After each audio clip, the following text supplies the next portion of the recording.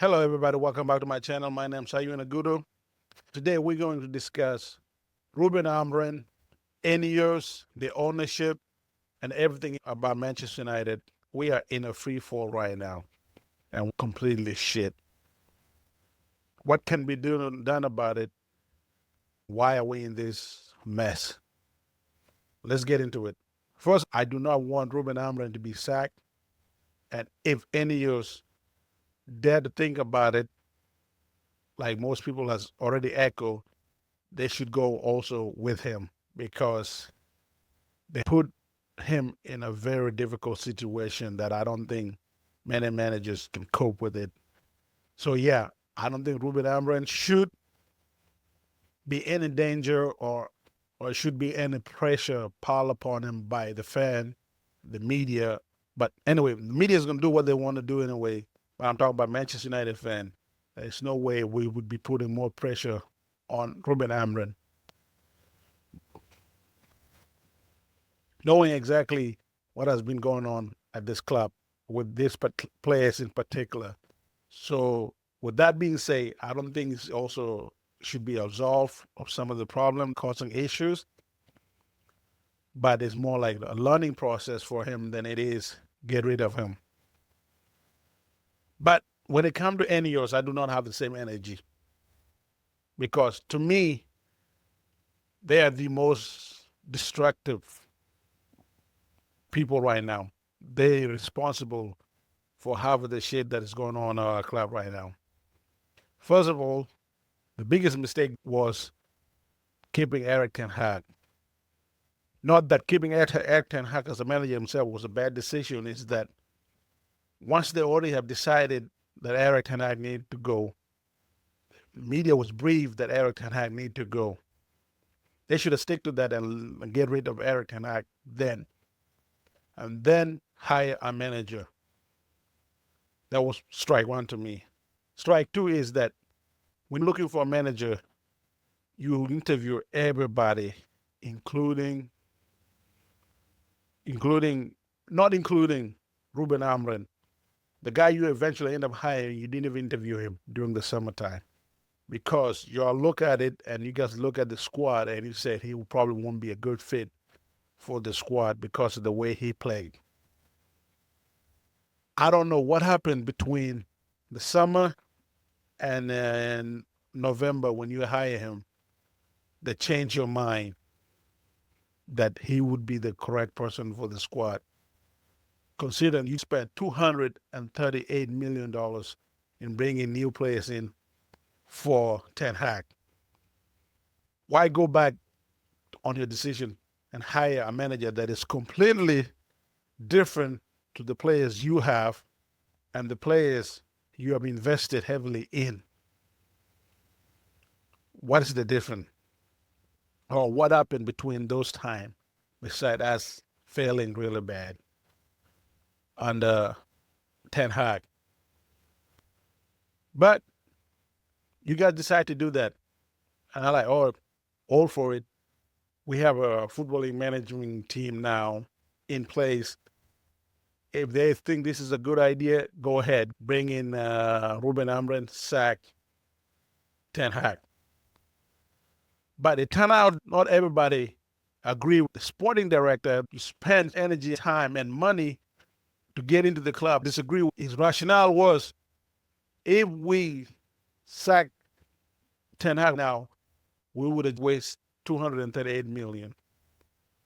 A mid-season change of manager is not good.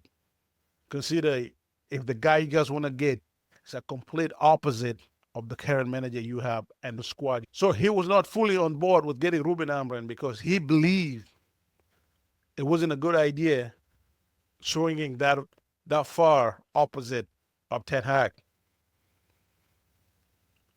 But the technical director and the CEO agreed. Therefore, you guys fire the sporting director. The guy decision he should have been.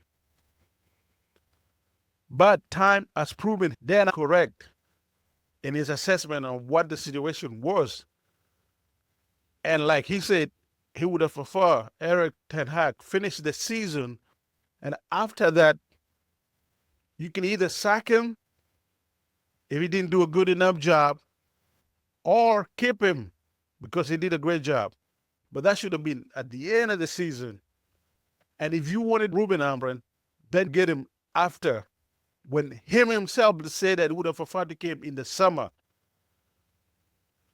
So yeah, you're short-sighted, cost Manchester United and cost most of these decisions and most of the mess that we are seeing right now at the club is the board impatient and the CEO meddling in the affairs of a sporting director. And everybody prays, oh, Omar Barrada is the guy, is the is the CEO. He knows everything. One crucial thing that people has forgot about it. As much as people think he was like successful in Man City, he wasn't the big decision maker. Yes, his ideas might have been recommended, and the CEO at the time they executed, and the sporting director they executed, but he was more a supporting role. Do I believe that he could step up and become a great CEO himself? Yes, he could. But when it comes to the field of building the teams, he himself has not done it because he has always had bosses that help him do that. Dan Ashworth actually did the job himself. He was a great sporting director at Brighton, built Brighton to where they are, helped England national team restructure the whole process. And England has been the best they have been in a long time because of him. He's not the one recruiting players, but he knows who to put in charge. He said a mid-season manager change from Erik ten Hag to a complete different manager, Ruben Amorim, it's a bad idea, and we shouldn't do it. Instead of listening, you circumvent him and then ultimately get rid of him because you thought he was being too indecisive. When in reality, he probably was the one being rational and calculative and telling you guys, this is impulsive and we shouldn't do it. We shouldn't sack a manager mid-season and bring somebody who's completely different, because the guy we brought in, it's different. The squad didn't suit him because we did not have wingbacks to play his position, and we do not have 10s to play in position. And you know what? We had wingers who were useless in his system. A good sporting director would know that. It would have been better finishing the season with Erik ten Hag. And then at the end, you could say, okay, Erik ten Hag, you didn't do a good enough job to keep the job. Therefore, it's best we part ways at the end of the season, because we would have still been in the same position. And the new manager come in, you would have started fresh. Or you would have waited for sporting director before you made a decision about sacking Erik ten Hag and do not undermine him in the first place. If you wanted to sack him, you should have sacked him before you got Dan Ashworth in.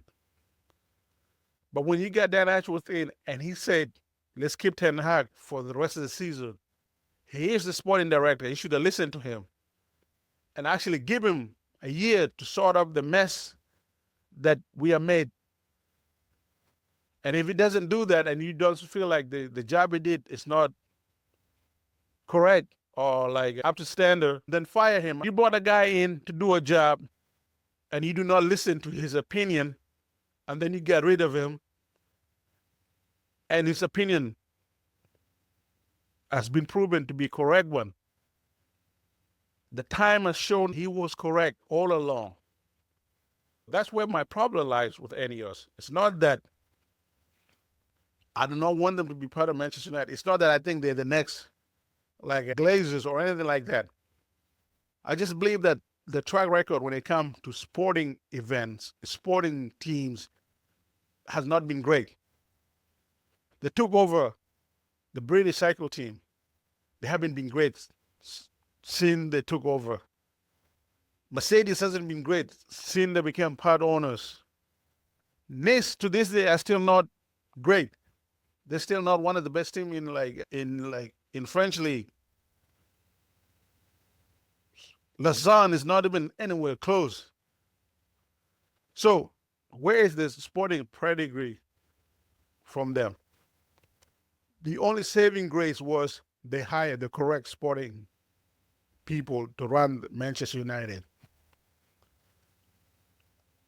You got rid of the guy building this club back into a footballing dynasty on first sign of disagreement.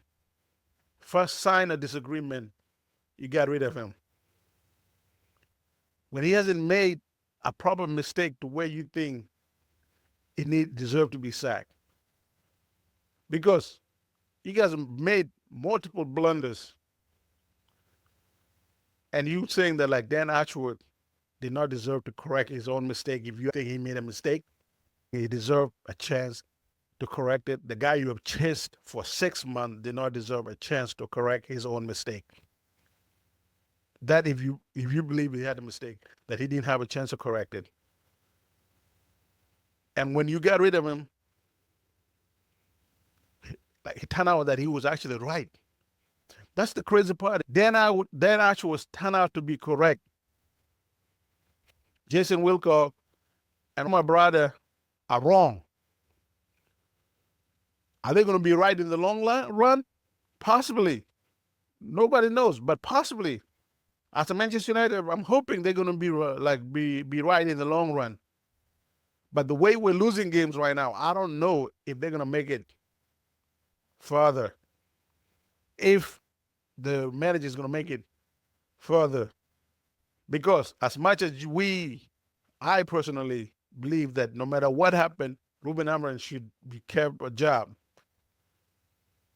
If we keep losing enough game, the rest of the fans are going to turn on him. The stadium is going to turn on him. And when that happens, you're going to be forced to do something. You're going to be forced to do something you do not like. That would be another in-post decision that Dan actually would try to prevent, and you guys did not listen. The biggest problem in Manchester United is the ownership. It's always been the ownership. It's never been about players, manager, because we have done every single thing that we can possibly do except stick to one plan and ride it out, no matter how bad or how ugly or how worse it gets. We never actually stick to one and ride it out. Right now, we need to stick to Ruben Amorim because we made that bet and we need to lie in it and stick out. Stick it out no matter how worse it gets. Because the worst we can do is finish 16. Because I don't think we are as bad as the three promoted team and Wolves and West Ham. I don't think we're as bad as them. Therefore, we're going to stick it out, keep this guy going. But I have no faith in his ability to make decisions, especially sound footballing decisions. In a few years, they have made more bad decisions already, which is more shocking and is worrying. And considering the track record they have in football in the first place, have all of the sign of the mistake that they made at Nice. And they have all the sign of people that don't learn their lesson and that do not listen to experts in the field they are in. Omar Barrada might be a great CEO, but Dan Ashworth is probably better at his job because he has a proven track record on a cheaper budget. All right, guys. Thank you for watching. Don't forget to hit the like button. Subscribe if you're new and share this video. Leave a comment if you agree or disagree. I'm trying to get my channel to 10K this year. Bye.